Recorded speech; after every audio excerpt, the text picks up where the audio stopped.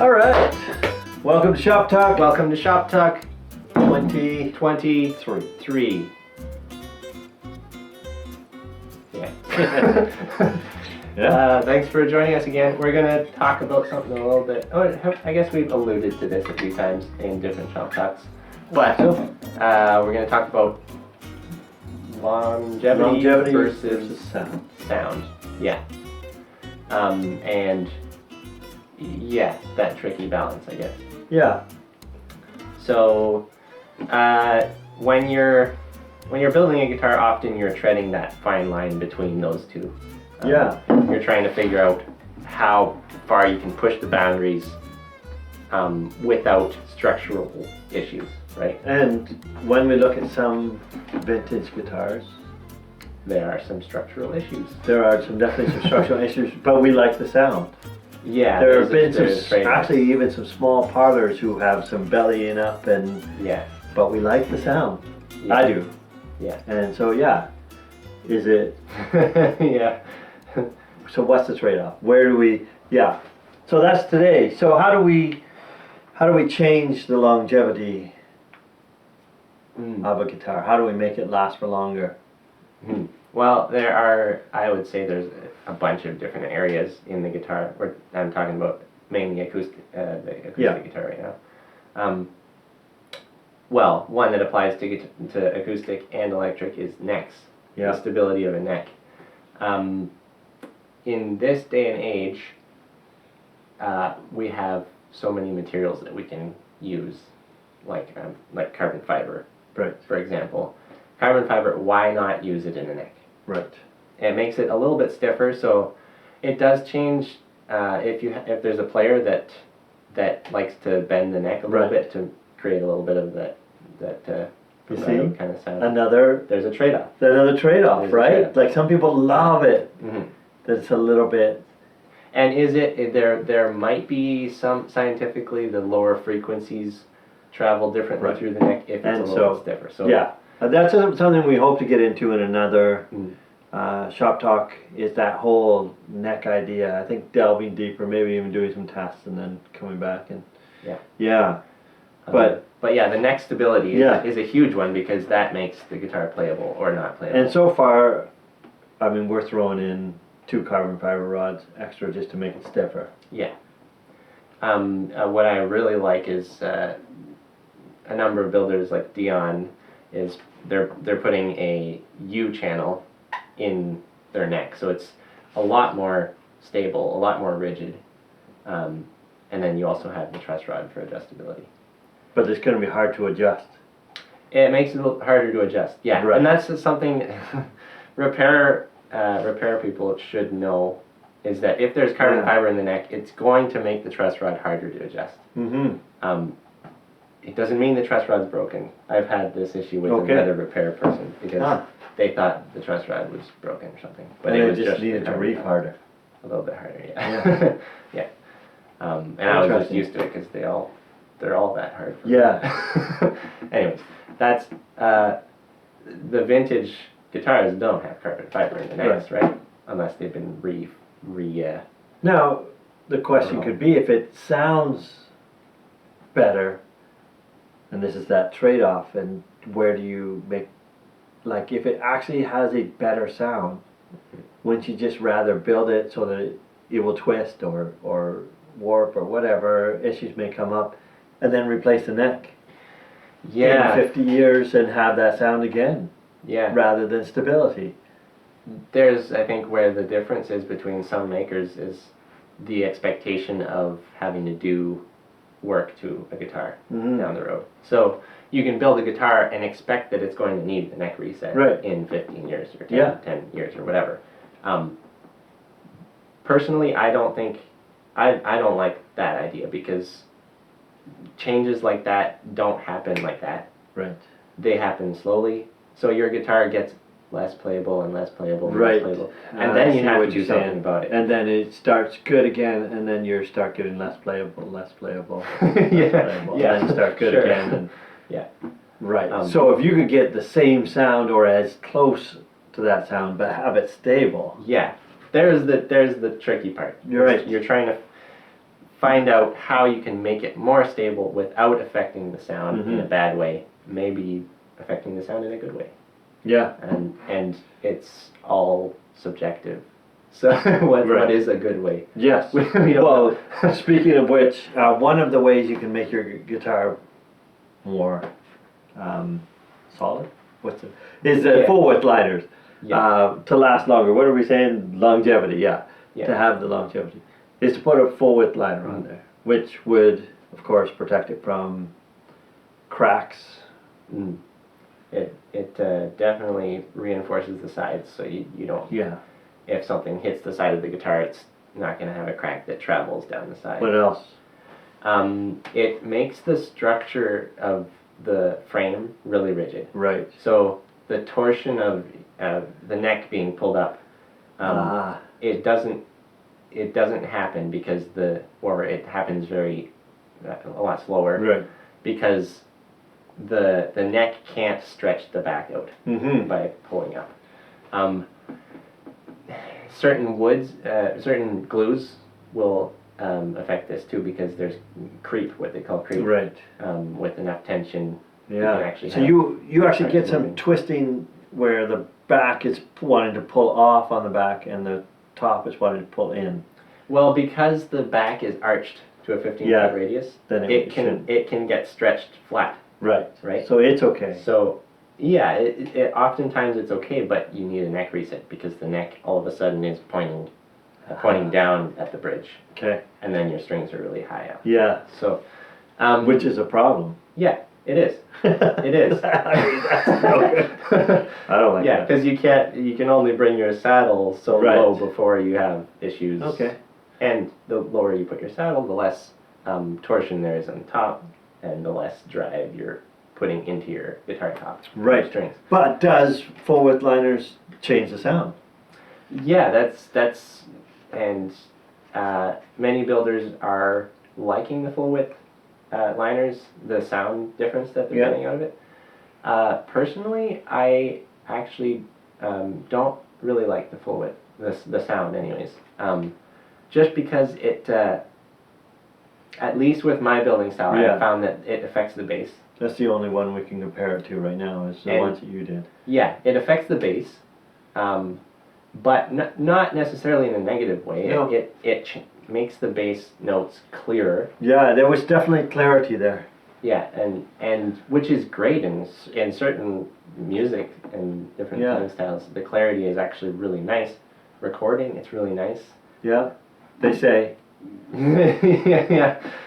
Depends on what, again, depends on what you're recording. Yeah. If I wanted like a fingerstyle guitar player, then the clarity is great. Yeah. If I want somebody who's just jamming out and that's just that filling in with the, I actually chords, don't want it. Then you don't have these single notes jangling through. It's just this nice chord underneath. It's like. Yeah.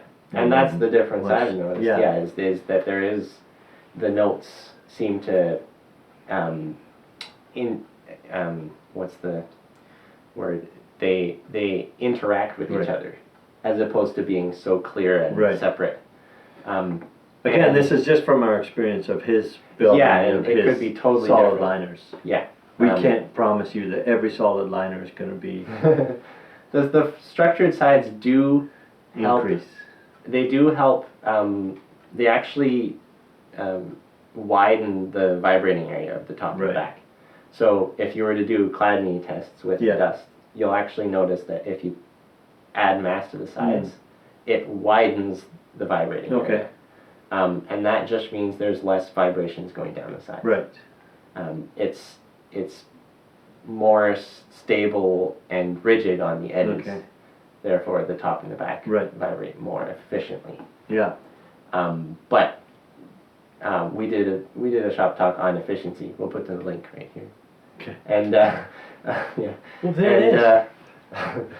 And we talk about efficiency. Is it good or is it bad? Yeah. And it's a whole other can of worms. Subjective. We did talk about that, eh? Yep. Getting too old. I don't remember that. But I do love that subject. I love it. Hearing these old guitars that like just start to almost creep out of tune, or not really, but the interaction causes a little bit. It's tasty. Yeah. Yeah. So in that way, again, I've come to the decision won't do a forward liner. Mm-hmm. I like the openness rather than the clarity. I like a little bit of that more interaction. Yeah. And there are ways of getting some of that structural stability back without using full width liners. Yeah. Right? Like for me, I use now I do the neck attachment method, which is totally bolt on. Mm-hmm. So the upper bout is really rigid. Mm-hmm. On the tops, the upper, I think they call it the upper face brace, the top one that's under the fingerboard, Right. is big, and I make it mahogany. Right. So that supports a lot of the neck twist Right. from happening. The back, I don't put a brace longitudinally. Longitudinally. But that's one way. Yeah, that's one way you can try to keep that radius on the back. Right. But I'm doing certain things. My guitars might need neck resets in 30 to 40 years, I'm guessing. You won't know until 30 to 40 years from now. And they're bolt on. All right. So to do a neck reset, it's like a 20-minute job apparently. For somebody who does repairs, it's like a 20-minute job if you can unbolt. Right. So there's another way you can look at it is right. If you're taking these trade-offs or if you know that these guitars, because you're building this way, are going to need some work down the road. How easy make it really happen. easy. Yeah. Yeah. Yeah. Or make it reverse. The one neck joint that it boggles my mind why people still use it is the Spanish heel, where the heel block inside is part of the neck. So you can't take it apart unless you saw it apart. So you can't service it. Right. Which, there's some great guitars that are made like that. Yeah, I know. But they're not very easily serviced. Right. But maybe that's the point. Yeah. This guitar was and is for that moment, and then it's done. And actually, in the classical guitar world, there's very much that mentality that a guitar is going to last you this long. Uh-huh. Which is strange because they're more expensive. When they get older. Part. No, they're more expensive to buy than the steel string guitars oftentimes, the handmade ones. Yeah. But they're expected to last 30 years and then they're done. Wow. So it's interesting. Mm-hmm. Just a different mentality. But anyway, that's kind of what we're looking at here. Yeah. That is one way to look at it, and I think everybody has to make a little bit of a decision there. Oh yeah. Speaking of the bracing on the top. Yeah. The top is another area obviously because you have the string tension on the top. Yeah. You can build it very lightly. This is probably one of the most major points in what makes a guitar sound the way it is. Exactly. Right?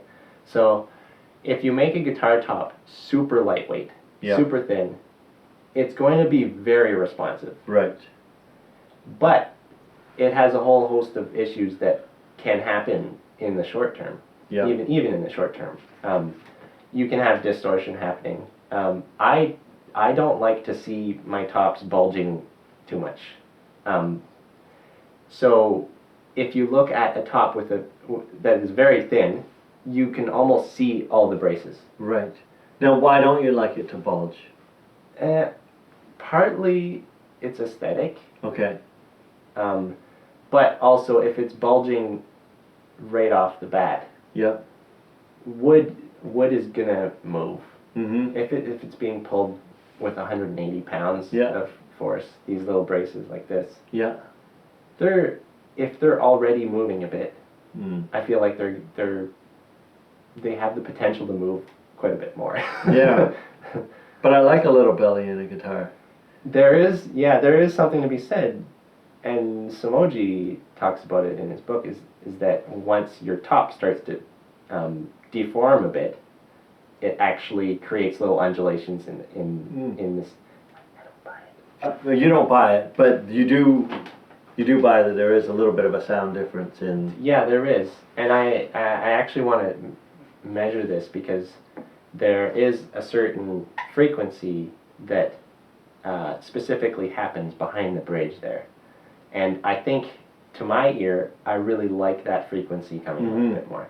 So I'm actually going to try something on one of these next guitars, which I'm excited about.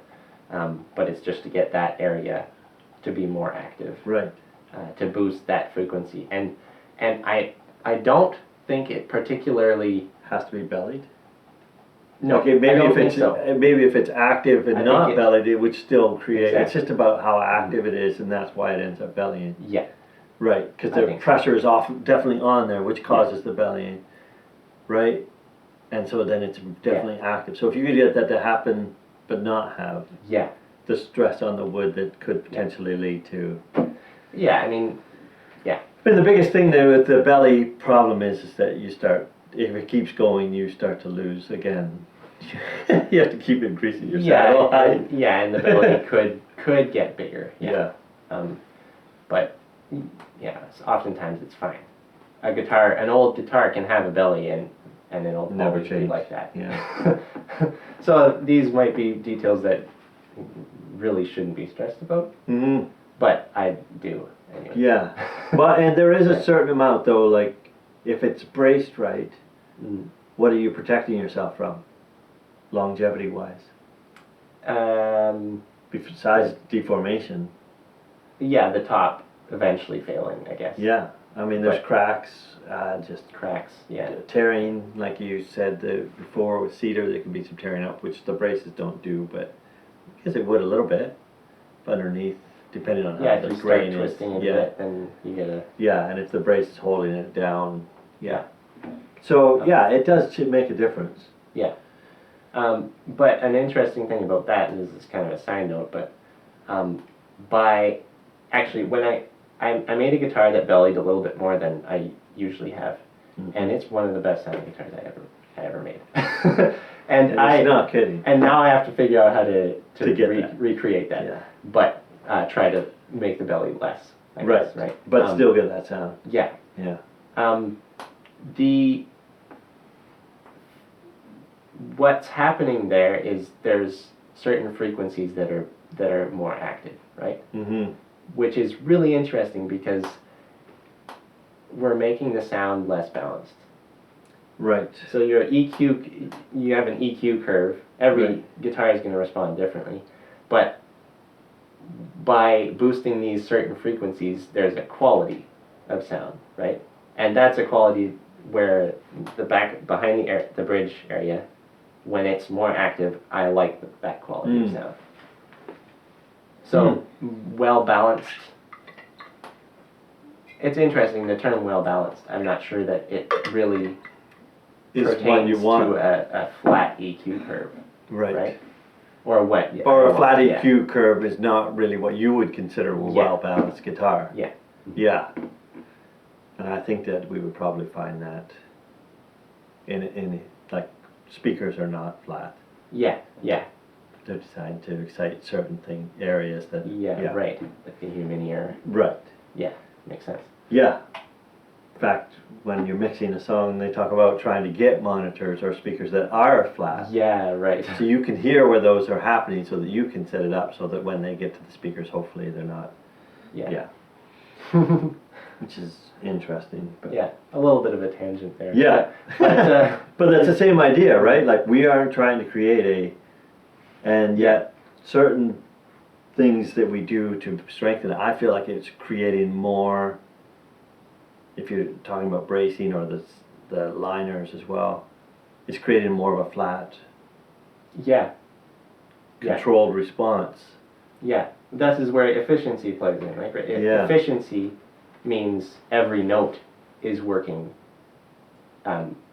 very efficiently, right? Mm-hmm. But then there's a trade-off. There's a trade-off, Right. just like everything else. There's a trade-off. Yeah. Do we have anything else on our list? Or is that That was good, yeah. So, how are you building your guitars? What excites you in your guitars? What are some trade-offs you have to make? If you have any of those suggestions or ideas, Or if you have ideas for future Shoptalk videos, we're always looking for them. yeah. Yeah. What kind of controversial topics can we talk about next? I'm sure we've all got some opinion on it, whatever it is. Yeah. Which probably doesn't have any reason for that opinion, but we got them. Yeah. Cool. All right.